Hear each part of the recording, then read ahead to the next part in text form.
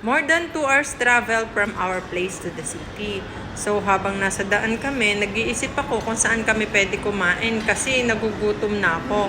Pagkapasok namin ng mall, naisipan ko, check muna kaya namin yung isang kainan dito at ito yung Pampanggenyos. Chinek ko muna yung mga pagkain.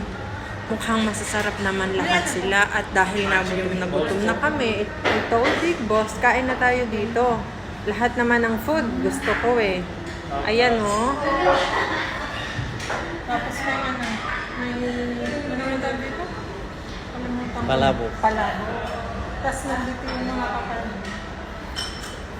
Chinta, bibingka, kalaman, maha, biko.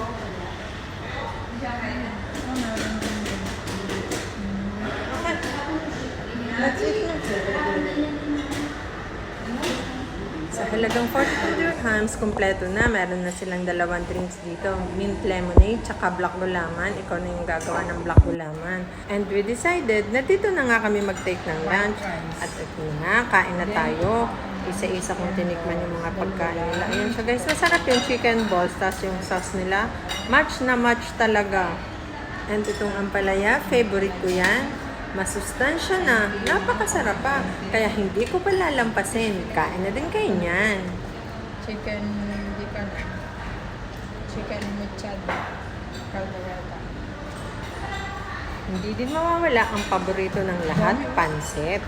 Tapos, palabok. Siyempre, kukuha ko ng palabok. Masarap to eh. Awas na.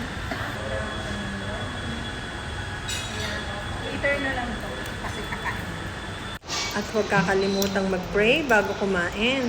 Magpapasalamat tayo kay Lord sa lahat ng blessings na tatanggap natin araw-araw. Lalo na itong masarap na pagkain sa harapan ko. Super busog talaga ako dyan. At hindi lang yan yung kinain ko. Kumuha din ako ng masarap na kakanin. Kutsinta, biko. Ayun siya guys, oh.